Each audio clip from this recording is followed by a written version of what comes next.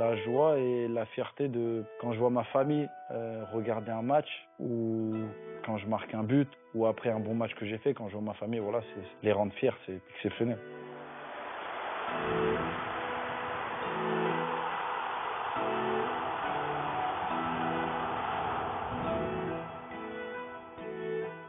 Que depuis que je suis tout petit, ma mère elle a toujours cru en moi, elle m'a toujours poussé à réaliser ce que je voulais faire, à atteindre mes objectifs. Et la première personne oui, qui a confiance en moi, oui, c'est ma mère.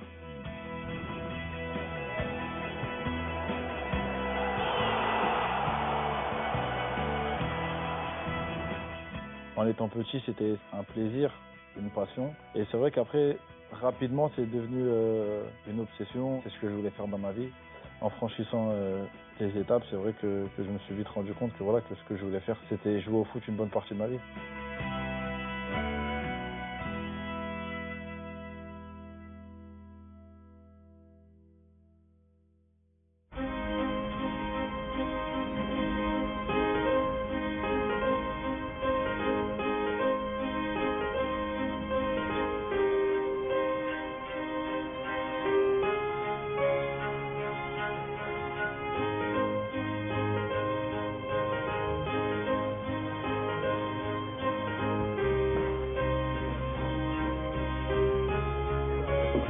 Amigo, ¿qué tal? Bien, ¿y tú? Bien, sí, bien, bien. Brahimi, c'est vrai que c'est une personne très spéciale, même pour moi, ici à Porto. Il est très généreux, très gentil. C'est pas quelqu'un qui va chercher des histoires ou des problèmes. Il est toujours avec le sourire. Sauf quand on perd un match, là c'est sûr qu'il est pas content, mais bon. C'est quand même un mec très gentil et très droit. Ouais, on peut le considérer un peu comme mon mentor. Brahimi, c'est un joueur bien plus élevé que moi, enfin pour moi. Je sais que j'ai encore quelques lacunes à travailler, mais bon, quand je le vois jouer, c'est sûr que j'aimerais arriver à son niveau. Il aime bien en fait me mettre dans le bon sens.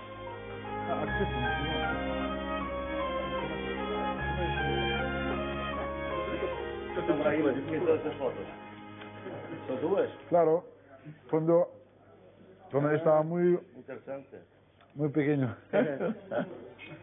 Já de pequeno de bola no pé. Claro, sí. Muy interesante. Moi, je suis né à Paris, dans le 12e arrondissement. J'ai grandi à Montreuil.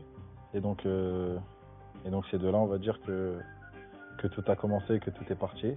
Et voilà, et c'est là où j'ai grandi jusqu'à l'âge de mes 12 ans, 13 ans, avec mes parents et mon petit frère.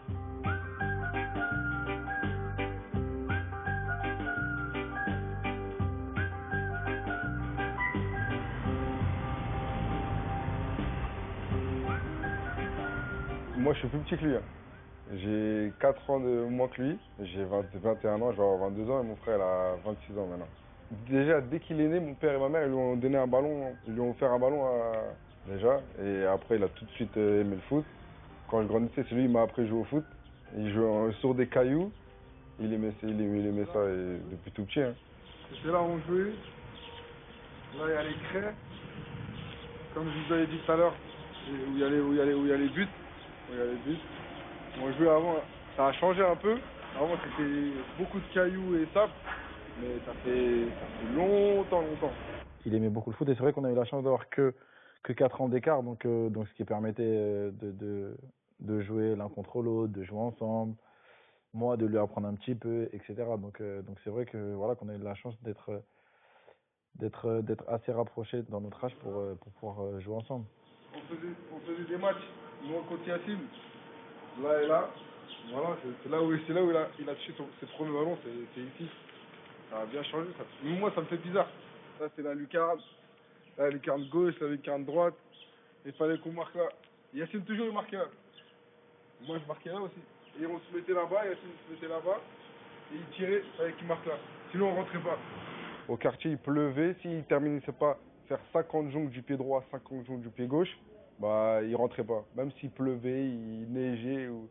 Et mon père, il criait par la fenêtre, et rentre. Mais tant qu'il terminait les jongles, droite-gauche, 50-50, il rentrait pas à la maison. Yacine, oui, il avait un caractère, c'était un compétitif. Il adorait être toujours très compétitif et tout ça. Il veut toujours avoir un challenge. C'est-à-dire quand il veut quelque chose, il fait tout pour l'obtenir, quoi. Donc il tenait à ça, quoi. C'est un compétiteur. Ouais, c'est vrai. Dès le plus jeune âge, c'est vrai que j'ai commencé à être très perfectionniste. Voilà, en fait, je voulais tout réussir. À chaque fois, je me donnais d'autres challenges. Donc c'est vrai que la plupart du temps, quand mes parents m'appelaient pour monter, voilà, c'était pas la meilleure des choses pour moi. Il trouvait toujours un ballon pour jouer, à la maison, dans le salon. D'ailleurs, j'ai pas mal d'objets qui ont été cassés grâce au ballon. J'ai commencé dans le club à l'âge de 6 ans. C'était le SDM Montreuil. C'est là où j'ai fait mes premiers pas. Et puis un jour, il a fait un tournoi et c'est vrai qu'il me réclamait toujours plus d'entraînement. Il voulait jouer sérieusement, quoi, un peu plus dans la compétition. Et donc, lors d'un tournoi, j'avais rencontré l'entraîneur du COV de Vincennes, qui s'appelle Gilles Doré, prof de PS. Et j'avais apprécié sa manière de parler aux enfants. Vincennes, j'ai beaucoup de souvenirs, beaucoup de tournois qu'on a gagnés, qui me faisaient énormément plaisir parce qu'en étant jeune, voilà, c'était extraordinaire pour moi de pouvoir jouer des tournois, à l'étranger aussi, de voyager. Je me rappelle de quelque chose. Il était tout petit, il est arrivé au CO de Vincennes. Et comme il venait d'arriver, il y avait déjà une équipe constituée et tout. Donc, bah voilà, le collectif, ils n'acceptent pas toujours facilement quelqu'un qui arrive.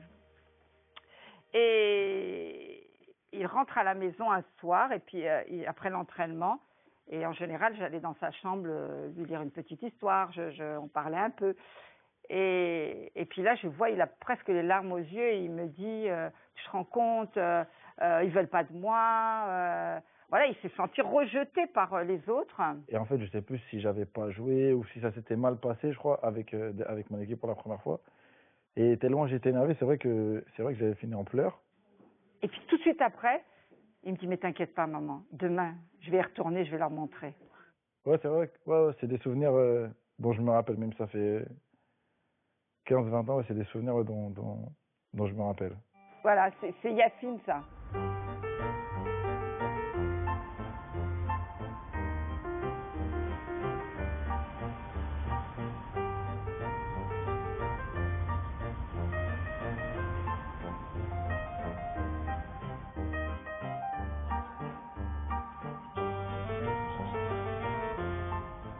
Je m'appelle Jean-Claude Lafargue, je suis le directeur de l'académie de INF Clairefontaine. Les enfants rentrent très jeunes, 13 ans. 13 ans, c'est des enfants tout jeunes, donc il y a encore ce lien très, très proche de leurs parents. Et donc, à un moment ou un autre, sur les 2 années où ils restent chez nous, on remplace la famille, puisqu'on les voit plus que leur famille. Je me souviendrai toujours, mais toujours, c'était un moment d'une émotion très très forte pour lui. C'est quand il a reçu sa lettre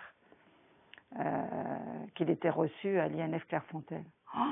D'ailleurs, j'ai encore la photo avec la lettre.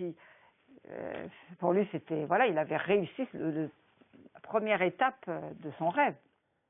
C'est cette année où il y avait vraiment une sélection très dure pour y rentrer. Voilà, on était peut-être 1500 voire 2000 joueurs et au final il y en avait que 23 ou 24 de prix. Donc c'est vrai que là je me suis rendu compte que voilà, que j'avais ma chance pour peut-être un jour devenir professionnel, même si c'était encore loin. Mais voilà, mais c'est à partir de là où j'ai commencé à y penser vraiment. C'était un petit joueur, très tonique, très virevoltant, très souriant.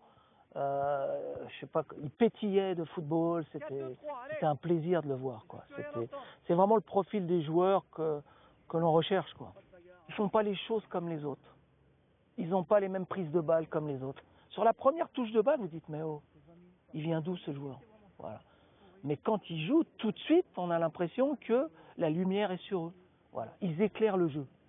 Clairefontaine, c'était exceptionnel. La manière dont on vivait là-bas, c'était magique. Tout, que ça soit manger, dormir, les installations pour le foot. Disons que c'était facile dans un sens, parce que Yacine était tellement persuadé de ce qu'il voulait faire, c'était tellement fort comme passion. Ce que je ne savais pas, c'est comment il allait s'adapter à l'internat, à se séparer de nous. Nous, on est très famille, voilà. En dehors du foot, humainement, voilà, on grandit aussi beaucoup plus vite parce qu'on est beaucoup plus responsable. On est tout seul. Donc c'est vrai que la plupart des joueurs sont plus matures. Et non, moi, en tout cas, moi, ça m'a inculqué énormément de valeurs. J'ai énormément appris. J'ai aussi construit mon caractère parce que c'est pas facile. Bon, je me rappelle plus pourquoi, mais il n'avait pas dû écouter une consigne. Donc j'y avais dit, ce week-end, tu démarres pas le match. Donc, je le mets à côté de moi, hein, sur le banc, et on va jouer à Caen. Et à la mi-temps, on est mené 2-0. Voilà. Bon, c'est comme ça, hein, mais... Et donc, je le fais rentrer, et pour me faire voir qu'il était en colère, je vous assure, hein, il a pris le ballon du milieu du terrain, il a dribblé toute l'équipe, il a été marqué, et il m'a regardé. C'est extraordinaire. C'était la meilleure réponse. Malgré le caractère que j'avais, voilà, il a toujours été derrière moi, il m'a toujours poussé, même si parfois il m'a engueulé, il m'a crié dessus, mais voilà, c'était sa manière à lui de me donner de la force, de me donner de la confiance, et voilà, et de me faire comprendre les choses pour que je puisse progresser.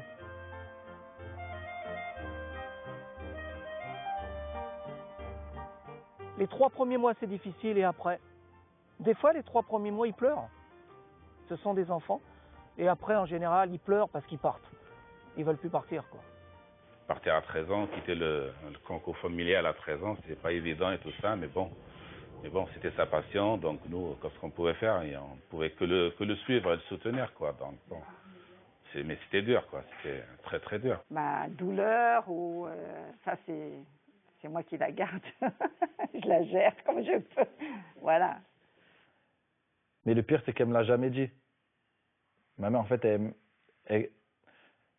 fait, enfin, moi, je suis comme ma mère dans le sens où tout ce qui peut m'arriver, de bien, mais surtout de mauvais, je le garde pour moi, pour pas faire souffrir ma famille, par exemple. Et donc, ma mère, en fait, c'est ce qu'elle a fait. Et je pense que ça, c'est une chose que j'ai gardée d'elle. Une tour, ce que tu veux faire, là, c'est...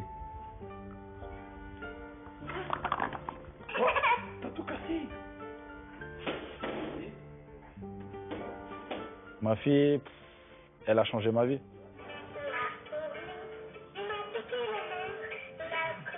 Tu te demandes c'est qui parle. Appuie ici. Appuie là. Il en reste un.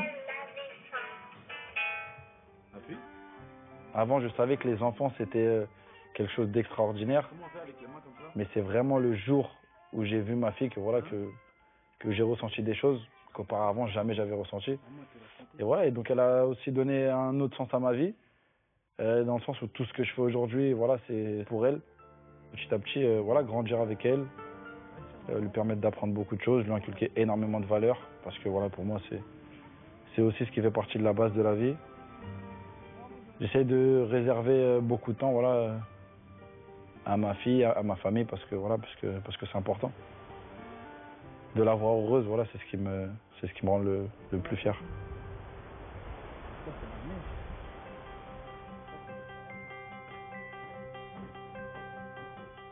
Yacine Brahimi a été vu 30 fois par 8 personnes avant que je prenne la responsabilité de le faire signer. Quand on voit un jeune, on voit le footballeur sur le terrain, mais pour moi c'est important de connaître l'individu et son environnement.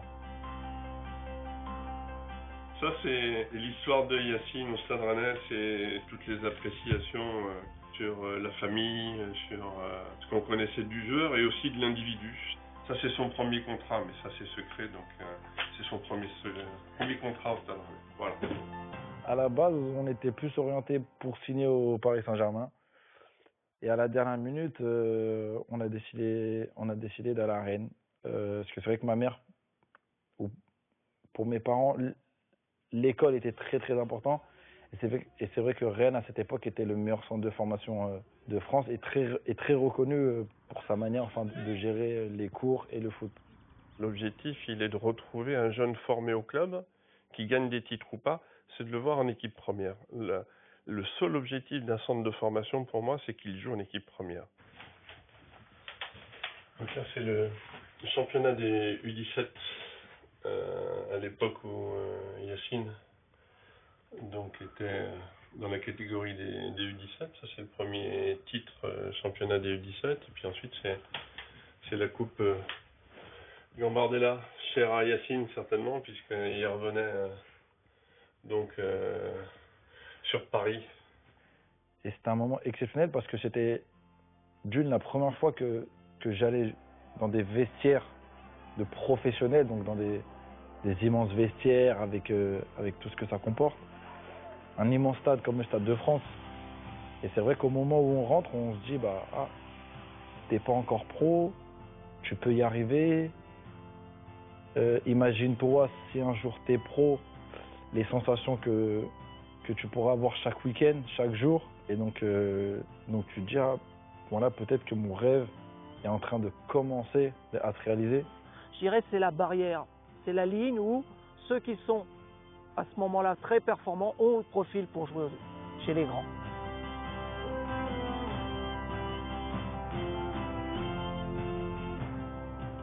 Quand je rentre de Clermont, je reprends avec Rennes. Je fais un super début de saison, ça se passe très très bien. Et là, je me blesse au tibia. Donc je me blesse au tibia pendant 5 mois. 5 mois et demi. Et donc c'était une période très très dure parce que j'avais essayé de revenir 2 fois et 2 fois directement, j'avais rechuté. Donc après, je sais pas si le club a pensé que j'étais fragile. Moi, quand je suis revenu, c'est vrai qu'il y avait beaucoup d'impatience aussi de ma part. Donc c'est ce qui a aussi pu créer, on va dire, une certaine tension entre le club et moi. C'est vrai que ça s'est peut-être pas passé comme le club souhaitait ou comme lui le souhaitait. Le foot, c'est extraordinaire parce que j'étais en CFA. Je me rappelle, je venais de jouer un match de CFA avec Rennes. Et la semaine d'après, je me retrouvais au Nou Camp contre le FC Barcelone.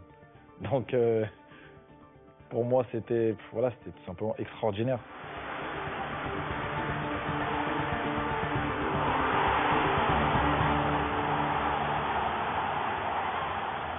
Donc moi, Grenade, je connaissais pas.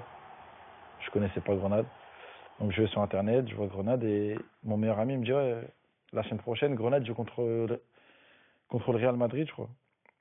Et je lui dis comment c'est possible parce que pour moi, Grenade, c'était une équipe de deuxième division. Donc comme dit ça, et je vois que c'est en Liga. Donc là, je rappelle mon agent François Gilles et je lui dis écoute, demain on prend l'avion, c'est le 30, il reste même pas 24 heures et on va tout droit à Grenade. Os jogos da Liga Espanhola dão em todo lado. E, portanto, jogador que esteja a jogar mesmo no Granada sente que tudo aquilo que fizer vai passar no mundo inteiro no dia seguinte. No dia seguinte, o que ele faz, salva os satélites e baixou para todo o mundo. Não é?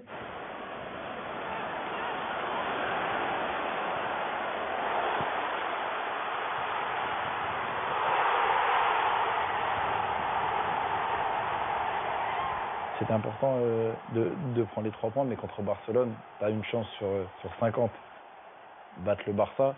Pour Grenade, imaginez-vous ce que ça peut être. Donc voilà, donc on gagne 1-0 et en plus je marque. Et ouais, c'était exceptionnel. C'était marqué contre la meilleure équipe du monde. En marquant un but ou après un match, voilà, je remercie Dieu pour toutes ces opportunités, pour tout ce qu'il m'a donné, ce qu'il me donne. Je pense qu'on était privilégiés. C'est le minimum que je puisse faire. Brahimi.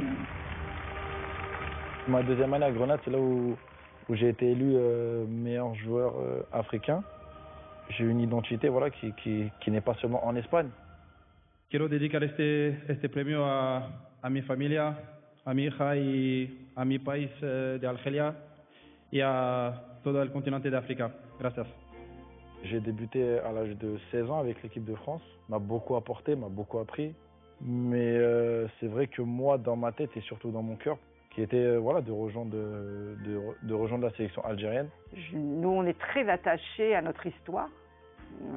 Je considère qu'on ne peut pas avancer si on ne connaît pas son histoire. Donc on a toujours fait en sorte que nos enfants puissent comprendre d'où ils venaient. Mon pays, l'Algérie. Et voilà, et à travers ça, j'ai eu la chance en peu de temps de faire une Coupe du Monde, de faire quelque chose d'historique pour mon pays, qui était d'aller en 8e de finale. L'Allemagne, c'était l'équipe championne du monde. L'Allemagne a écrasé le Brésil, l'Allemagne a écrasé beaucoup d'autres équipes après. Et donc, pour le peuple algérien, c'est une fierté de dire, oui, voilà, mon équipe a perdu 2-1 après les prolongations.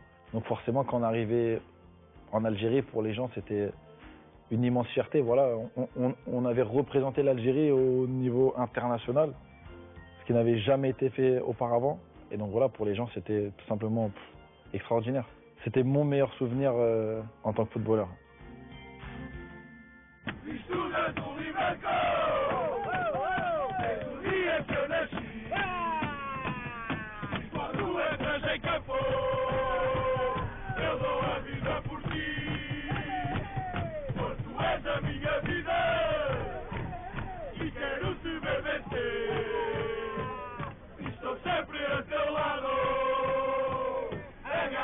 Sou Fernando Madureira, líder dos Super Dragões, a maior claque de apoio de futebol Clube Porto. O Porto para mim significa o meu amor, a minha paixão, a minha vida, tudo o que é para mim. A primeira recordação que eu tenho do Porto é o Porto já não era campeão há 18 anos e eu tinha 4 anos e vim ver no antigo Estádio das Antas, vim ver um jogo e quando acabou o jogo o Porto foi campeão e houve foguetes. Eu tenho na minha memória, eu comecei a chorar no colo do meu pai porque tive medo dos foguetes.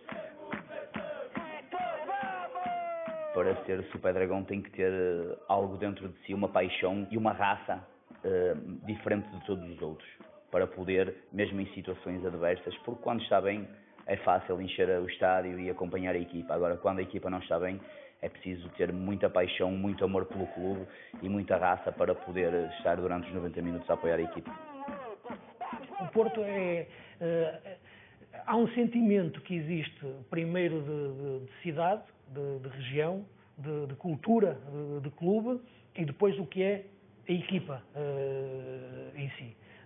E em Portugal, em que tu tens tudo centralizado em Lisboa, o crescimento do Porto, através do seu presidente, de Pinto da Costa, foi muito feito contra Lisboa. Isto é, conseguir fazer aqui um contrapoder. C'est vrai que pour moi, Porto, ça représentait beaucoup dans le sens où, voilà, où il y a de très très grands joueurs qui sont passés ici. Porto, c'est un grand club qui a gagné des Ligues des Champions, qui a gagné énormément de fois le championnat, c'est un club qui gagne énormément de titres. Passer de Grenade à Porto, voilà, pour moi, c'était un bon tremplin. O melhor golo que eu vi ele marcar em Portugal foi ao Nacional da Madeira, aqui no Dragão. Num espaço curto de terreno, dentro da área, a velocidade dele, puxar para fora, puxar para o lado, fintar quase sem sair do sítio, fintar quase parado, até encontrar o espaço para o remate. Para aí me chegou numa altura difícil, em que o Porto perdeu algumas referências antigas de balneário. Eram jogadores que, com o olhar, diziam-te, olha, estás no Porto, não? Não é fácil, neste momento, para o Porto. Brahimi adaptou-se, mas Brahimi continua a ser demasiado Brahimi. Estás a perceber? É por isso que eu te dizia há pouco, o Brahimi do Granada e o Brahimi do Porto, não vejo grandes diferenças. E tinha que haver muitas diferenças. Je sais pas trop ce qui a manqué. Après, c'est vrai qu'après, moi, je suis arrivé à Porto dans l'objectif de gagner des titres. Parce que ce qui écrit la carrière d'un joueur, c'est les titres. Donc voilà, pour l'instant, j'ai pas eu la chance. Mais voilà, c'est dur à vivre. Après, malgré ça, on reste fort. On continue à avancer. Il faut aller de l'avant. Et voilà, il faut se servir de ces échecs pour faire mieux. Os adeptos gostam de Brahimi, mas os adeptos desconfiam sempre da criatividade quando não produz algum efeito. Não é? Toda a arte, quando não tem um efeito produtivo, muitas vezes cai-te na indiferença, ou até no desprezo, não é? para quem olha para ela, o que é tremendamente injusto.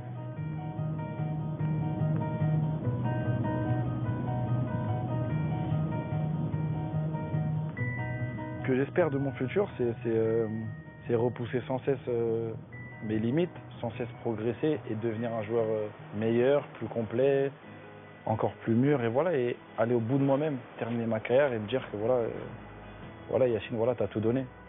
Footballistiquement parlant, je sais pas parce que c'est pas encore fini. J'espère si je veux, donc ouais, je peux avoir encore beaucoup d'années devant moi et qu'on se rappelle de moi comme un bon footballeur et surtout comme une bonne personne.